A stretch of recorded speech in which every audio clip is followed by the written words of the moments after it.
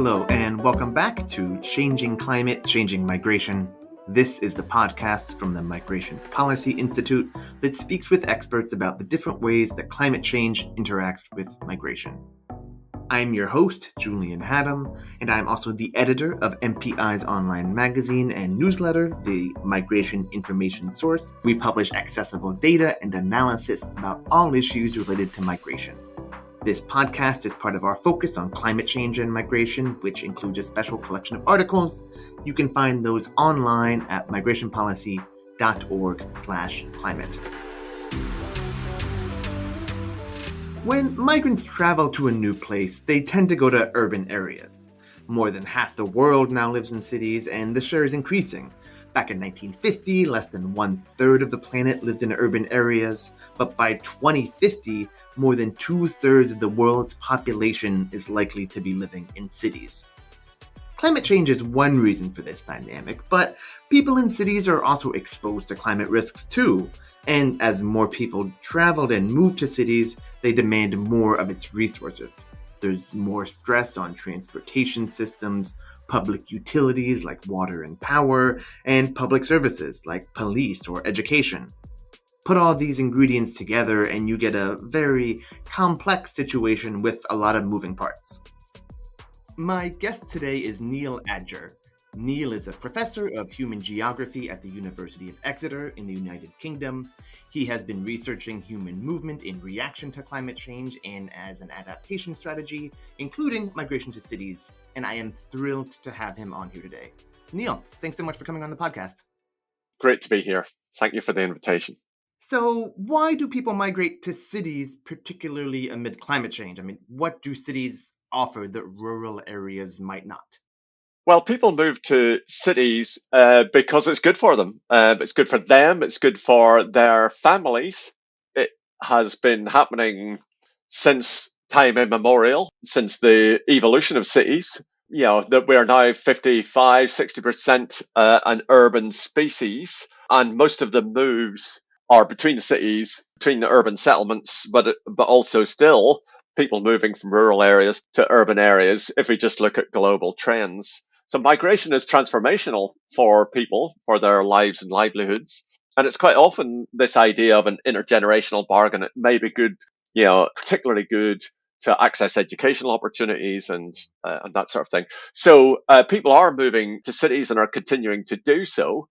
I guess your question is climate change amplifying or, affecting those underlying flows? Yeah, exactly. And the answer is, yes, to an extent. I mean, if we look around the world, you can see that calculus that people have implicitly or even explicitly is changing because of declining opportunities, declining investment in some rural areas where climate change risks are apparent, people's perceptions of the future. And so people are moving to cities, and that may be, at the margin, somewhat amplified by the trends that we see in climate change. Interestingly, of course, if you ask people, they may not articulate this directly. So we've been working with colleagues across the world on this, and we did a survey of at least one member of their household had moved to cities, working with researchers in India, in Bangladesh, and in Ghana. And what people told us was that they moved to cities because of economic opportunities and because of educational opportunities. Virtually no one told us or self-perceived or self-reported that they were an environmental migrant, that they'd moved because of environmental change, at least in terms of the principal reason for moving. So climate change is affecting the landscape in which people are making those decisions and maybe speeding it up a little. But that doesn't mean to say that it's easy to go out and find some environmental migrants, because that isn't necessarily what people perceive. Sure. And I guess it might be the case, especially if you work in agriculture in a rural area or something, that climate change is making your work less profitable. There's less work to be had, but maybe, and that's affecting the calculus. So it's more of it's not as direct as we might think. Absolutely. Yeah. So when we drill down with this cohort of 5,000 or so households where they'd been involved in migration, many of them said they were worried about water security, or food security. And it was these concerns and the prospects for the future, really, It's this sort of discounting of the future that then prompted people to become involved in migration, to migrate themselves and or their family members to migrate. And so they didn't perceive environment, but they just as being the principal driver, but they did perceive that things were changing, that prospects in places where people were moving from were becoming harder, prospects were more limited, and therefore this sort of amplified this change. And to be clear, we're talking primarily here about internal domestic migration within the country, right? It's not people moving from rural Ghana to urban France or whatever. It's mostly within the same, correct? That's right. That is true. And again, just looking at the countries where we've been working with collaborators, that is mostly the case that the predominant forms of migration are internal. They are still in those countries, rural to urban. Those are countries with relatively high rural populations. But there are some direct international migration, and there is certainly what we would call stepwise migration, people moving to urban areas to get some money, to accumulate some money, and therefore move on, potentially even moving internationally. But in countries like Bangladesh and in India and across South Asia, I mean, one of the predominant international flows is for contract work in the Gulf, in the construction industry, and various others. And so people do save up money in rural areas, and in order someone to go and work for a few years in construction in another part of the world, principally in the Gulf states at the minute, and then but it's not permanent migration. It's never seen as such. It's sort of contract, work for a few years. You talk about South Asia, Sub-Saharan, West Africa. Are these kind of the big hotspots, the big popular both destinations and origins for migrants and migration impacted by climate change, especially to cities? I know in these regions, some cities are just ballooning, right? Just getting huge. Are these the kind of the big areas? Let me say that these are areas where we have been doing research, but they're not necessarily the areas that are greatest flows. I mean, the single biggest flows of people globally is still from, in the big and populous countries. It's from rural to urban India, it's from rural to urban China, rural to urban Indonesia, simply because these are the largest populations. But you're absolutely right that across Asia, across Africa, urban areas are expanding very rapidly. The sorts of places, it's quite extraordinary, in some senses, that sorts of cities that we've been working in, such as Chittagong, now known as Chattogram in Bangladesh, it's the second largest city. At independence of Bangladesh in 1971, it was probably 1.5 million people. It's a big port city. It's now 5.5 million. So there, within a generation and a half, it's grown from 1.5 to 5.5 million people, meaning that most people, the majority of people living in the city, weren't born there. They've moved there at some point during their lives, or at a maximum within the lives of their parents. This is not through natural population growth. The total fertility rates in that part of Bangladesh are replacement level. Therefore, this is all through people moving, and so this facing huge challenges for. And this is repeated across many Asian countries.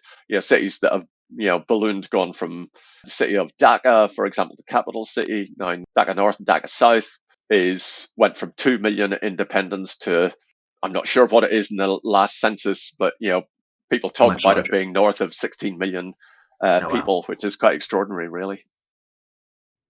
And yeah, so let's talk about that. I mean, that there are risks inherent there too. Both, I mean, as cities double, triple, quadruple in size over a couple of decades, that's immense demand on the infrastructure, right? Even regardless of climate change. But if you're in Dhaka, Chittagong, these are areas that are still heavily impacted by impacts of climate change. I guess what are the vulnerabilities, the risks, the impacts of migrants who move to these cities? It's not the case that moving to the city solves all their problems, right? What kind of risks do people face even after they move to urban areas? Absolutely. So that's a very important point, that that we assume that most environmental migration, or migration where environment is an important factor in that movement, is moving people away from environmental hazards, moving from rural areas to urban areas. But as you point out, it's actually urban areas where have become the crucible of where some of Mm. these risks actually come together. These risks Mm. associated with air pollution, these risks, environmental risks associated with air pollution, with water quality, with flooding, and and other sorts of risks in different parts of the world. But if we're talking about Bangladesh in particular, it's water quality, it is flood risk in these Mm. low-lying areas, and of course, if quite a significant proportion of migrant flows into cities are to high density areas, high density neighborhoods that may have be very reliant on the informal economy, then Mm. those risks are amplified, and those risks are, really risks to health associated with poor water quality, lack of access to services, health services, and others, and the risk, potentially of flooding and water inundation and all the health and other risks that actually go with that. So, in a way, people are moving out of one sort of hazard towards another sort of hazard.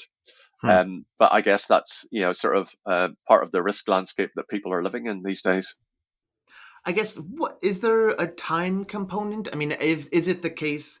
Do these risks become any more or less extreme over time? I might imagine that, the more settled someone is, the more kind of they move. They're kind of in a slum. They don't really have any money or resources. They spend a couple years. They get some jobs. They kind of build their way up. Is that the case, or no? Do these vulnerabilities and these risks persist for a long time?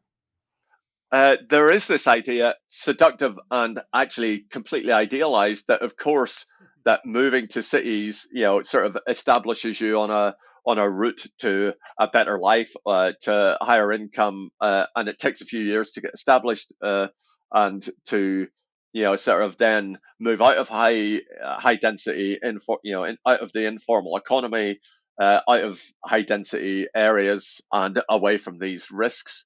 Unfortunately, what we do find, and in a study that we undertook with our colleagues at the University of Dhaka, but working in Chittagong, Chattogram, the second city, is that in effect people get stuck in these areas. There is a lack of upward social mobility.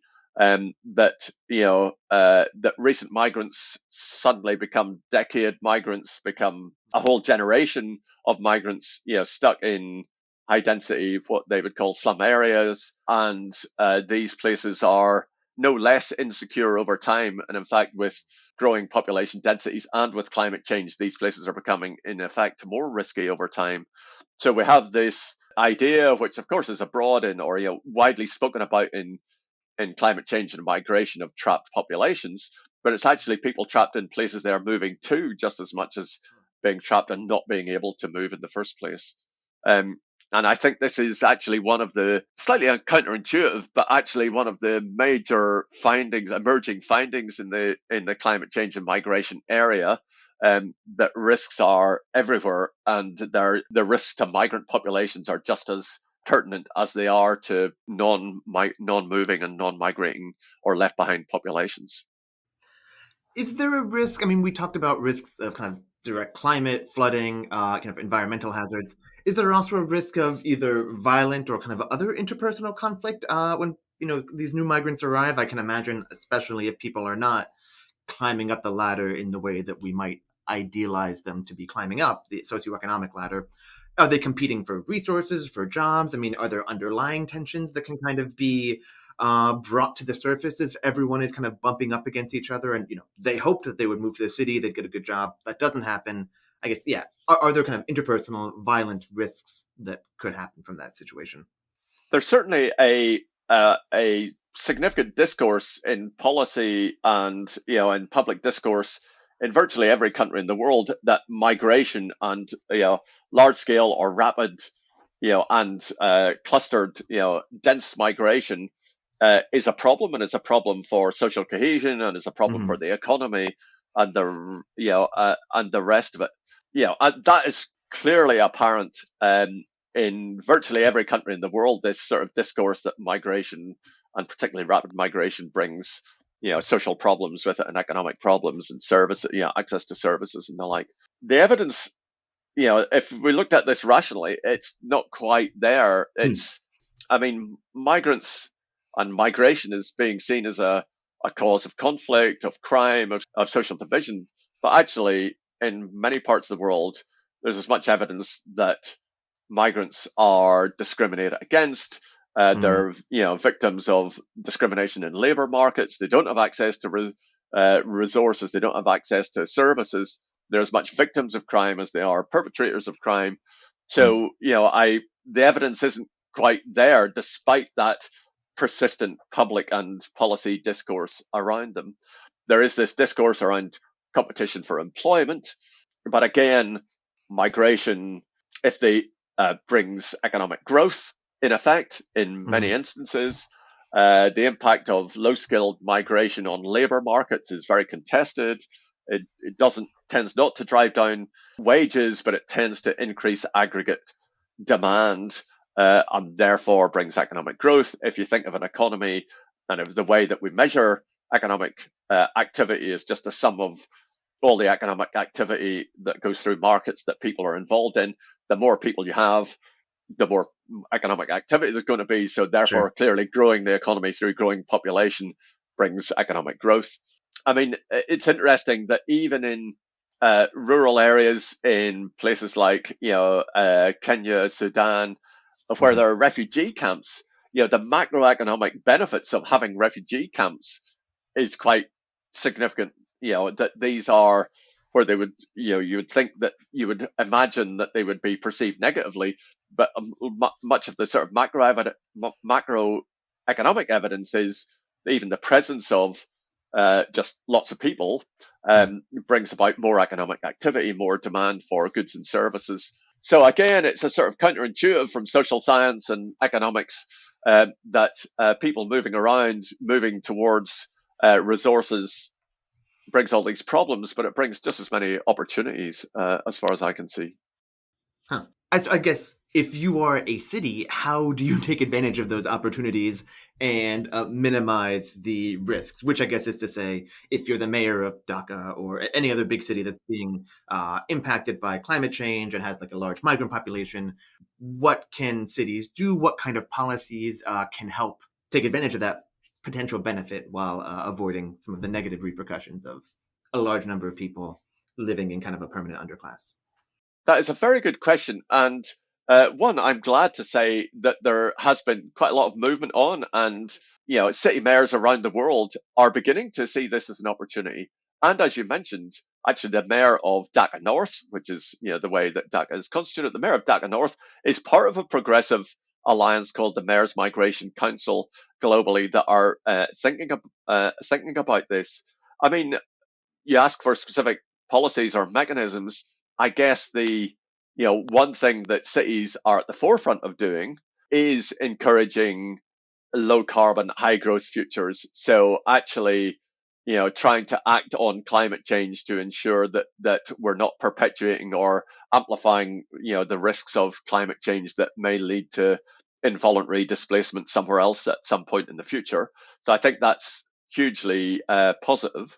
But also, I think just specifically about mobility, such cities are seeking to, at least at the margins where they have some autonomy in this, ensuring policies that make mobility actually easier, return migration easier, and that allows people to come into cities, build, part of their life there, perhaps return, and be involved in family reunification as well. And I think that's not only at the city scale, but internationally, there's, evidence for this, that actually making mobility and facilitating mobility and making the movement of people easier doesn't simply just increase the number of people who are on the move, but it actually means people can plan better for the future. They can engage in return migration to places where they were. They can, move at different parts of their life and life course. And then, of course, cities are, particularly multicultural cities, or cities with, significant populations from different parts of their countries, or different parts of the world. They can become sort of cities of sanctuary almost by building on the links building on existing global links of their own populations to make sure that, to facilitate people coming in, welcoming diasporas involved in these sorts of things. So, I mean, I think there is certainly opportunities for cities to be at the forefront here, where we think, of really it's national governments and national countries that enforce borders and are the only principal actors in the issue of migration, where in fact, city regions, the links between rural and urban areas, in hinterlands, the provision of services and the provision of food and all the rest of it. I think we need to think more broadly about what migration is, and the potential role of, as you say, of actors other than national governments in this area. That's about all we have time for today, so we're probably going to have to wrap it up there. But Neil, thank you so much for coming on. This was really interesting. I appreciate your time. It's been a pleasure, and I do love this series you have. Thank you. Thank you very much. Neil Adger is a professor of human geography at the University of Exeter. Thank you for listening to this episode of Changing Climate, Changing Migration. Make sure to catch all the new episodes by subscribing to the podcast wherever you get your audio content. And please leave us a review.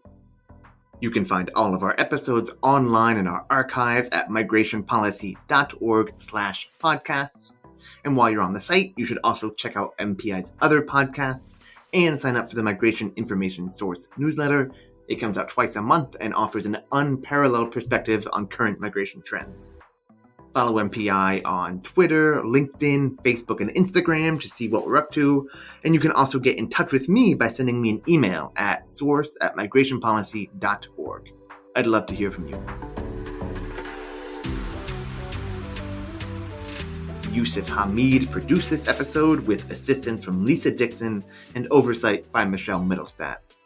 The theme music you're hearing is called Touch by Patrick Patricios.